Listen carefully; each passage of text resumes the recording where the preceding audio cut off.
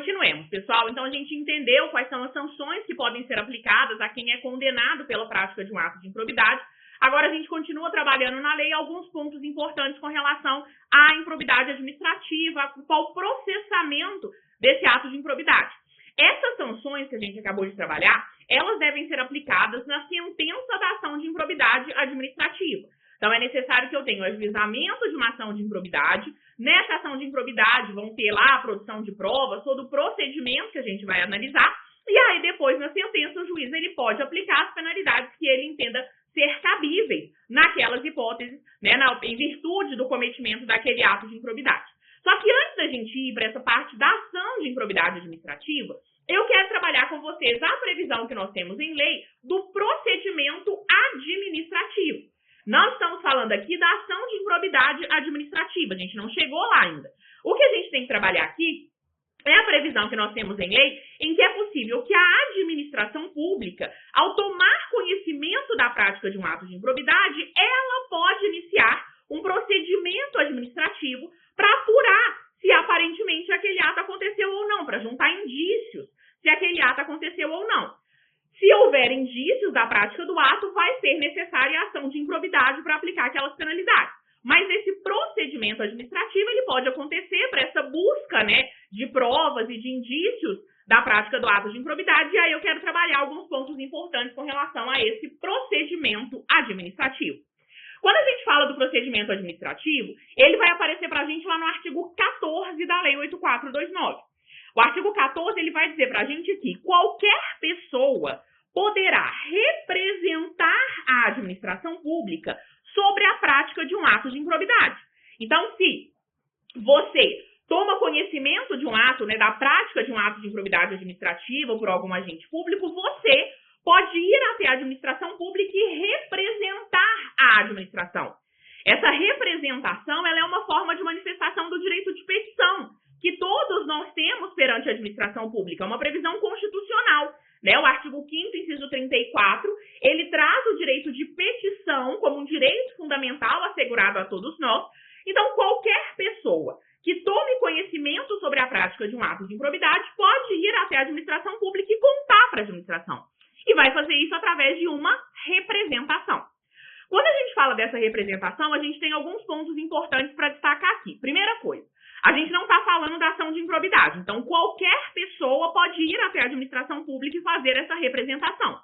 Desde que essa pessoa, ela tenha pelo menos indícios de que aquele ato de fato aconteceu. Pelo menos ela acredite de fato, né, que aquele ato aconteceu e que ela não esteja fazendo essa representação apenas para prejudicar alguém. Por que a gente tem que ter essa ressalva aqui? Porque lá no artigo 19 da Lei 8429, nós temos uma previsão de um tipo penal. Aqui sim, a gente tem um tipo penal no artigo 19, que é a utilização indevida da representação. E a utilização indevida da representação, ou seja, eu fazer uma representação contra uma pessoa, sabendo que aquela representação é falsa, sabendo que aquela pessoa não cometeu aquele ato, é considerado crime. Então, indo lá no artigo 19 da Lei 8429, vou pegar aqui pra gente o artigo 19 para a gente conferir. O artigo 19, ele traz pra gente, então, esse tipo penal, esse crime previsto aqui na própria lei de improbidade administrativa. Olha só o artigo 19. Constitui crime a representação por ato de improbidade contra agente público ou terceiro beneficiário quando o autor da denúncia o sabe inocente. Então, se você sabe que aquela pessoa é inocente e faz essa representação com o intuito, sei lá, de prejudicar, né, aquela pessoa, você está cometendo um crime. Tem a pena aqui prevista, né, na Lei 8429, a pena de detenção de 6 a 10 meses e multa. E além da sanção penal, no parágrafo único, o denunciante ele também tem que indenizar o denunciado pelos danos materiais, morais ou imagem que houver provocado, tá certo? Então, é necessário que para que seja feita essa representação pela prática de um ato de improbidade, eu tenha a certeza, ou talvez a certeza eu não vou ter, porque eu não tenho a produção de provas, né, mas pelo menos eu tenha, de fato, eu acredite de fato que aquela pessoa cometeu aquele ato de improbidade. Se eu faço essa representação sabendo que aquela pessoa é inocente, eu vou responder por um tipo penal, eu vou responder por um crime, tá certo? Mas, enfim, qualquer pessoa, nos termos do artigo 14, pode representar a administração pública sobre a prática de um ato de improbidade. O parágrafo 1º do artigo 14, ele traz para a gente alguns requisitos para essa representação. De acordo com a lei, a representação ela pode ser escrita ou reduzida a termo. Então, eu posso fazer essa representação e já entregá-la escrita para a administração pública, ou eu vou lá de forma oral, faço essa representação e a própria administração pública reduz a termo essa representação e assinada. Então, ou ela vai ser escrita ou reduzida a termo, de toda maneira ela tem que ser assinada. E é necessário que eu tenha, de acordo com o texto da lei, a qualificação do representante, que são as informações daquela pessoa que está fazendo a representação. Então, eu vou ter que colocar ali a minha qualificação, eu vou ter que colocar meu nome, os meus dados pessoais, para que fique identificado quem é que está fazendo aquela representação. Além da qualificação do representante, o parágrafo 1º ele fala que também tem que haver as informações sobre o fato e sua autoria. Então, eu vou contar ali o fato que eu fiquei sabendo, o fato que eu tomei conhecimento, e a autoria, né, quem é que aparentemente praticou aquele ato de improbidade, assim como a indicação das provas de que tenha conhecimento. Eu não preciso produzir as provas, né, porque essa produção de provas vai ser feita pela administração ou até mesmo lá na ação de improbidade. Mas eu tenho que, pelo menos, indicar as provas que eu tenha conhecimento. Então, essa representação, ela tem que ter todos esses pontos aqui. A qualificação do representante, a informação sobre o fato e sua autoria, e também a indicação de provas de que tenha conhecimento. Só que aí, quando a gente olha lá no artigo 14, parágrafo 1º, e vê que a representação, ela tem que ter a qualificação do representante, e essa previsão, ela existe desde antes das alterações da lei, né, que ela sofreu em 2021, surge uma seguinte dúvida: e denúncia anônima? É possível uma denúncia anônima sobre o ato de improbidade administrativa? Já que aqui no artigo 14, parágrafo 1º, está dizendo que tem que ter a qualificação do representante? Ou seja, eu posso fazer uma denúncia anônima perante a administração pública, em que eu não tenho essa qualificação aqui porque eu não estou me identificando. E mesmo assim, a administração pública ter que apurar se aquele ato aconteceu ou não. Essa foi uma análise que o STJ fez já há muito tempo atrás, em que ele foi analisar se seria possível essa representação através de denúncia anônima. O que o STJ entendeu é que, sim, é possível essa denúncia anônima com relação, né, à prática de um ato de improbidade administrativa, desde que sejam apresentados indícios da prática daquele ato. Qual que é a lógica, tá? Para você não ter que decorar, você simplesmente entender essa possibilidade de denúncia anônima. Se a administração pública, ela recebe uma denúncia, ainda que seja uma denúncia anônima, sem essa qualificação que é exigida lá no artigo 14, parágrafo 1º, mas que através dessa denúncia anônima se perceba indícios da prática de um ato de improbidade, a administração pública, ela tem a obrigação de apurar esse ato.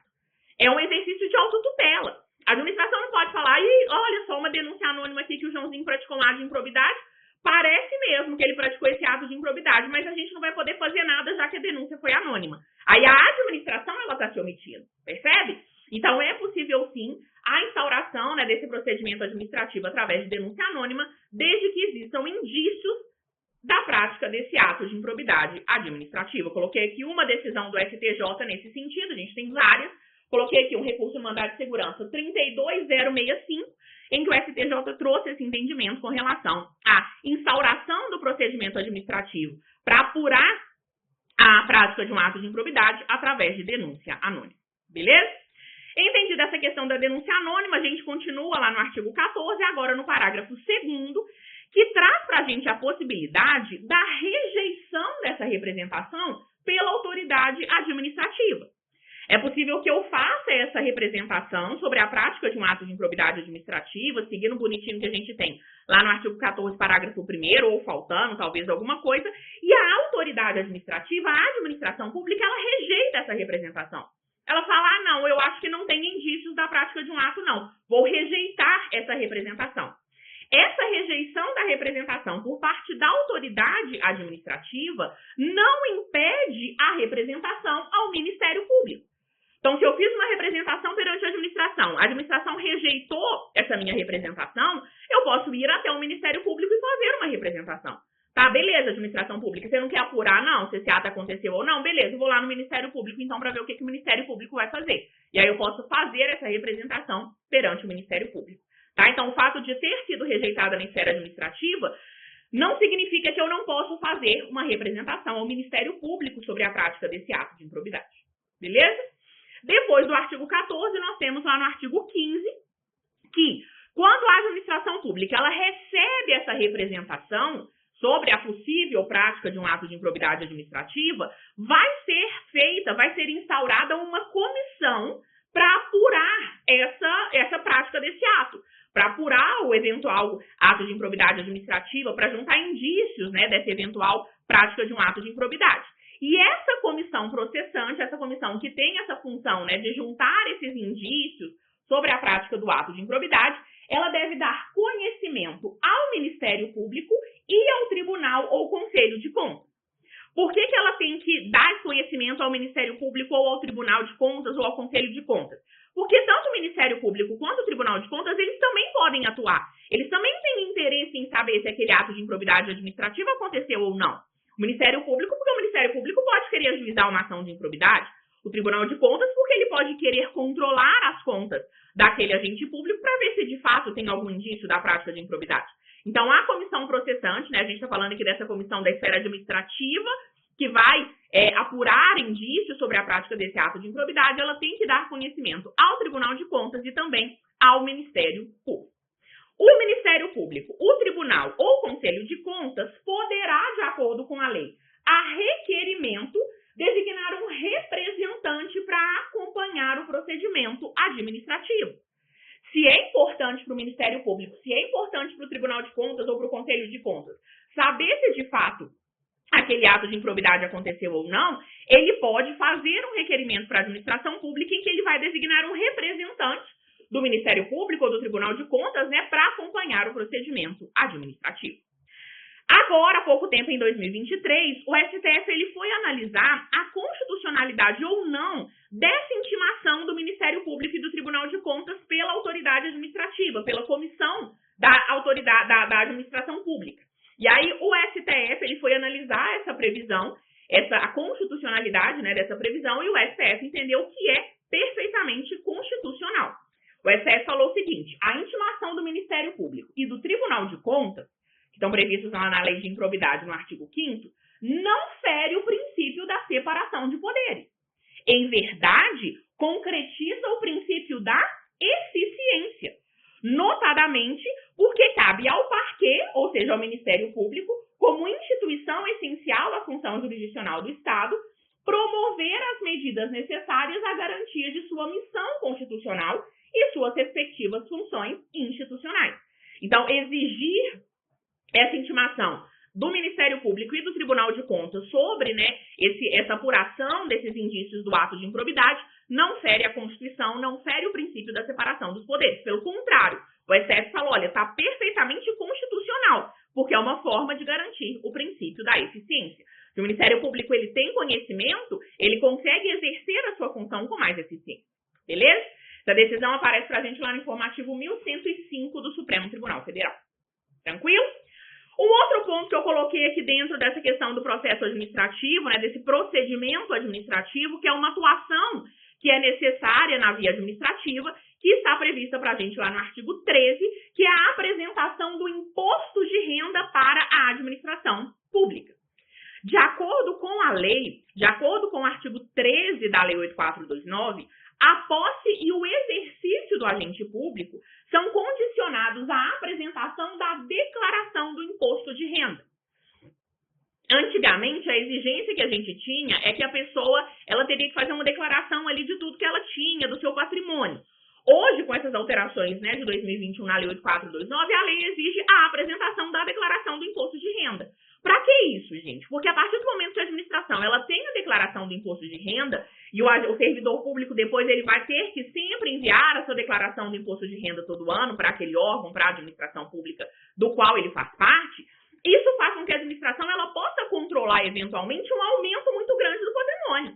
Uai, fulano recebe R$3.000 de remuneração aqui pelo cargo que ele ocupa. De um ano para o outro, o patrimônio de fulano aumentou R$10 milhões. Tem alguma coisa errada. Pelo menos alguma coisa, pelo menos a anteninha vai ficar ligada ali com relação àquele aumento de patrimônio. Tá certo? Então, essa apresentação do imposto de renda é hoje uma exigência nos termos da Lei 8429. Para tomar posse e entrar em exercício, o agente público tem que apresentar a declaração do seu imposto de renda e todo ano ele vai apresentando, né, a nova declaração, vai ficando registrado lá na administração pública essa nova declaração. Tá certo? Também em 2023, o STF foi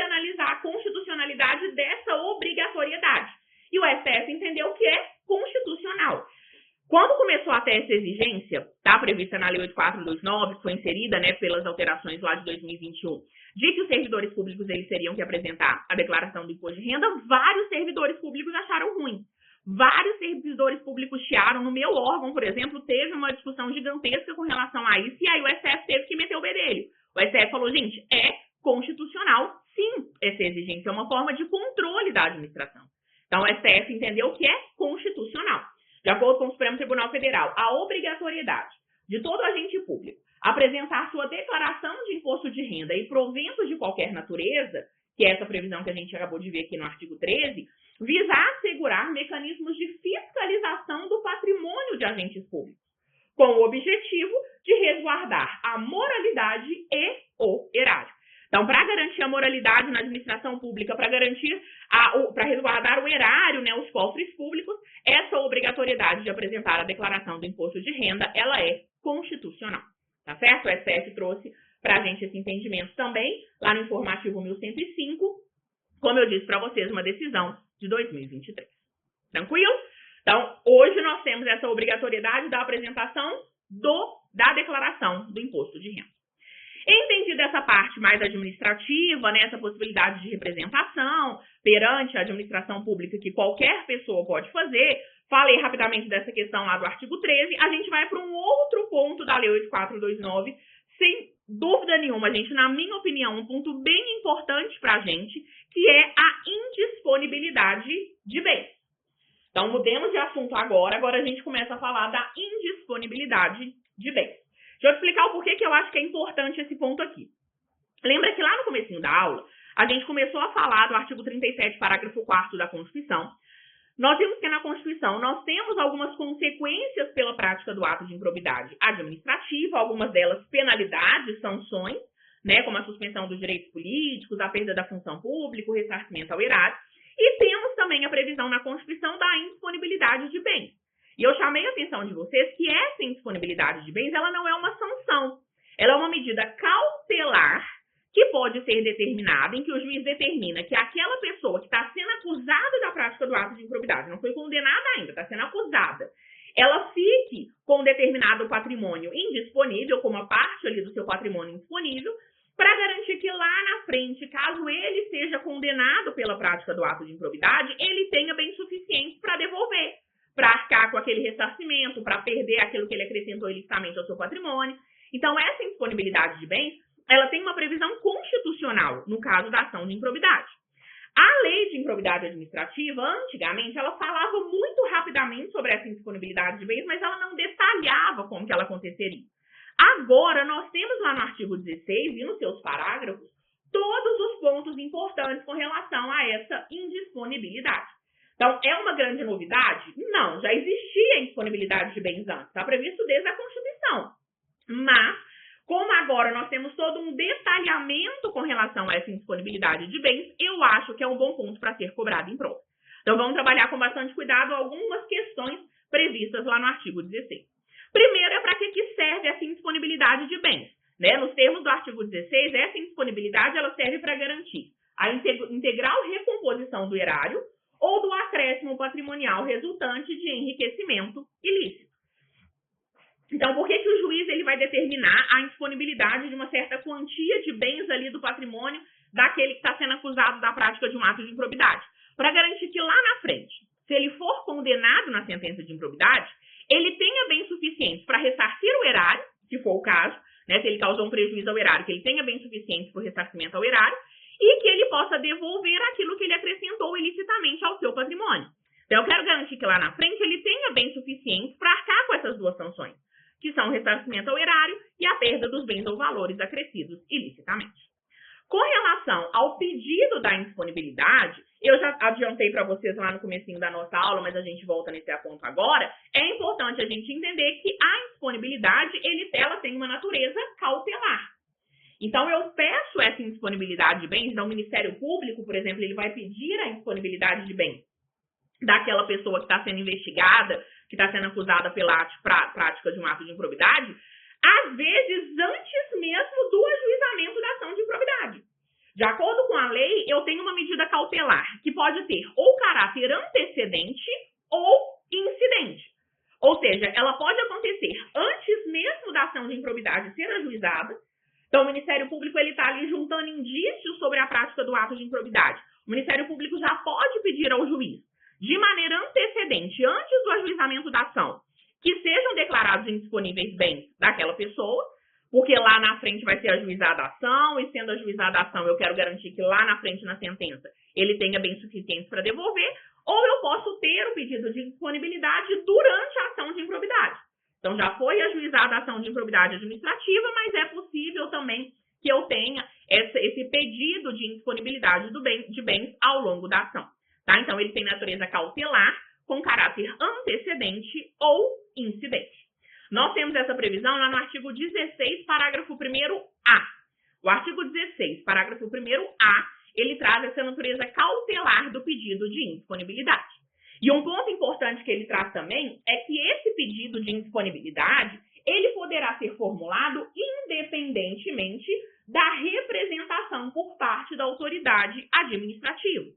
O artigo 7º, ele fala que a autoridade administrativa ela pode representar ao Ministério Público sobre a prática de um ato de improbidade, sobre a investigação ali de um ato de improbidade. E dentro dessa possibilidade de representação, a própria administração pública ela pode pedir essa indisponibilidade. Falar Ministério Público. Fiquei sabendo que aparentemente teve a prática desse ato de improbidade praticada pelo Joãozinho da Silva, e aí nós estamos aqui juntando indícios, mas eu acho que você podia pedir lá para o juiz já determinar a decretação de indisponibilidade de bens. Então, é possível que esse pedido de indisponibilidade feito pelo Ministério Público possa ser feito por uma representação da autoridade administrativa. Ou é possível que o próprio Ministério Público tome providências para isso. O próprio Ministério Público ele não recebeu nenhuma representação da autoridade administrativa, mas ele está ali tomando conhecimento sobre indícios da prática de um ato de improbidade e ele pode, então, pedir ao juiz essa decretação. Quem decreta a indisponibilidade é o juiz, né? Mas a autoridade administrativa ou o Ministério Público podem pedir essa indisponibilidade, tá certo? Outro ponto importante com relação a essa indisponibilidade de bens são os requisitos para a decretação da indisponibilidade. Vamos imaginar que o Ministério Público ele vai até o juiz, seja antes ou seja ao longo da ação de improbidade, e pede a decretação da indisponibilidade de bens. O que eu preciso ter para que seja deferido esse pedido? Então, o que o juiz ele vai ter que analisar para que ele defira esse pedido de indisponibilidade? Esses requisitos eles estão previstos para a gente lá no artigo 16, parágrafo 3º. O artigo 3º ele vai dizer que, para que ocorra o deferimento dessa indisponibilidade de bens, é necessária a demonstração, no caso concreto, 1. De perigo de dano irreparável ou de risco ao resultado útil do processo, ou seja, eu preciso comprovar que existe um perigo na demora. Eu tenho que comprovar que, se essa indisponibilidade ela não for decretada, aquela pessoa ela vai abrir mão dos seus bens, e aí lá no final não vai adiantar nada ela ser condenada pela prática de um ato de improbidade, porque ela não vai ter mais bens suficientes para devolver ou para ressarcir o erário. Então eu tenho que comprovar aquilo que antigamente a gente chamava de perigo in mora, né, de perigo na demora, o risco ao resultado do processo. E, além disso, eu também tenho que comprovar a probabilidade da ocorrência dos atos. Eu tenho que comprovar aquilo que antigamente a gente chamaria de fumus boni iuris, né? A fumaça do bom direito. Eu tenho que comprovar que existe uma probabilidade de que aquele ato de improbidade foi praticado. Eu tenho que comprovar que, com certeza, aquele ato foi praticado? Não. Até porque não tem como. A gente às vezes, nem começou a ação de improbidade ainda, para já tá pedindo a indisponibilidade. Então, eu tenho que comprovar uma probabilidade da ocorrência dos atos. Então, comprovando o perigo na demora e comprovando essa probabilidade do direito, eu tenho os dois primeiros requisitos para que essa indisponibilidade ela seja decretada. E eu tenho também um terceiro requisito lá no parágrafo 3º, que é a oitiva do réu em 5 dias. Então, além de comprovar o perigo na demora, além de comprovar a probabilidade da ocorrência daquele ato de improbidade, também é necessária, em regra, a oitiva do réu em 5 dias. Então, o juiz ele vai receber esse pedido de indisponibilidade, ele vai determinar a oitiva do réu em prazo de 5 dias e depois ele decide se ele vai deferir ou não esse pedido.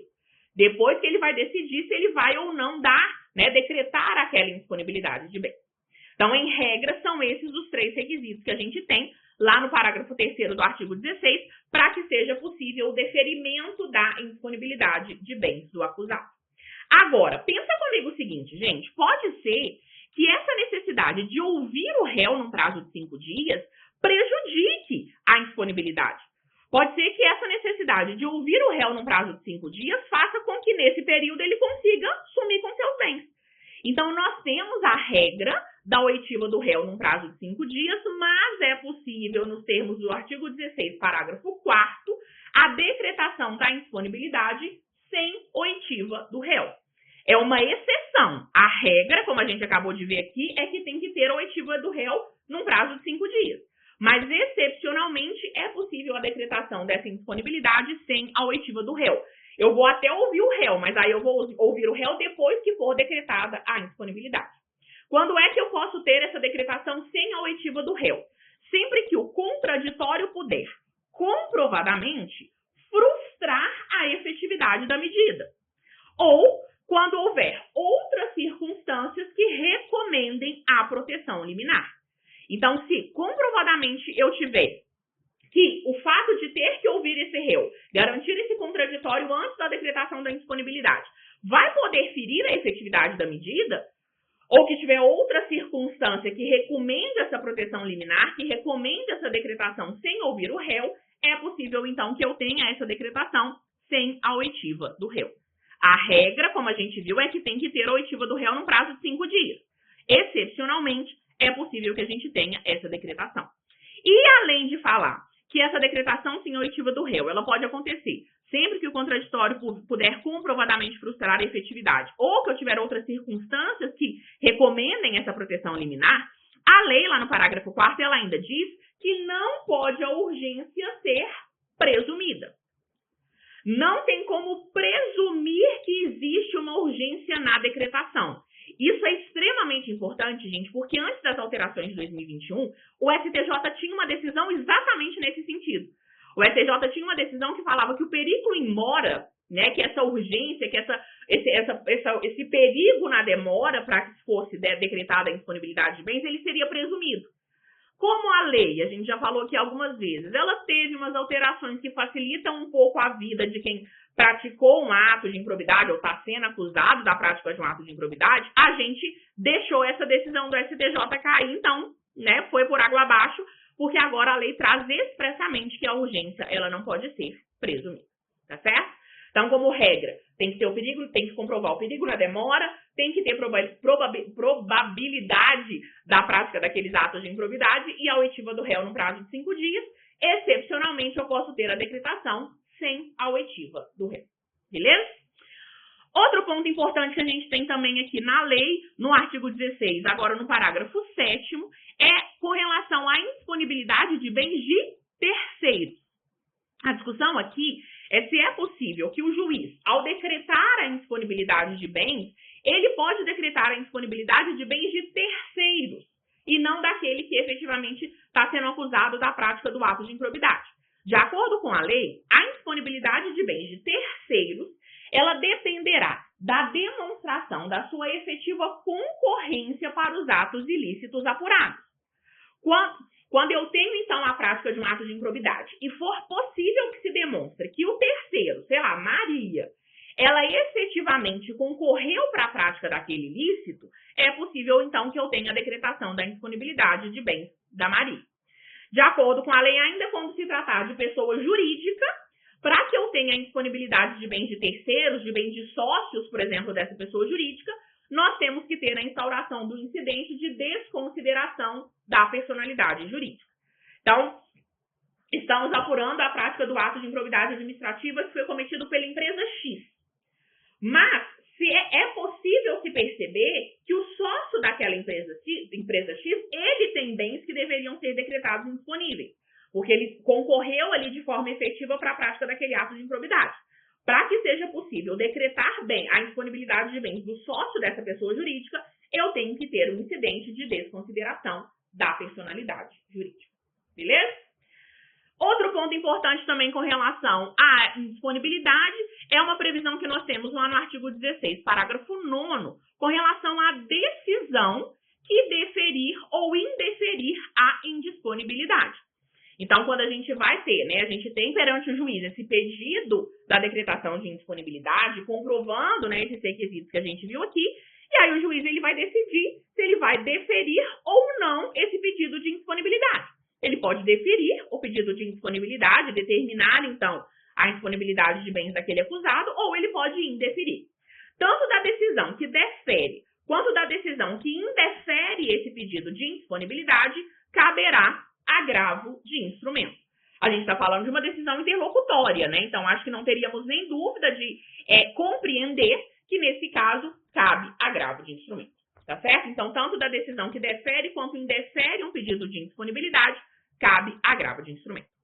Não terminei ainda a indisponibilidade, tem alguns outros pontos que eu quero trabalhar com vocês, então bora para o próximo bloco para a gente finalizar essa indisponibilidade de bens e aí já partir para outro assunto ainda dentro da Lei 8429.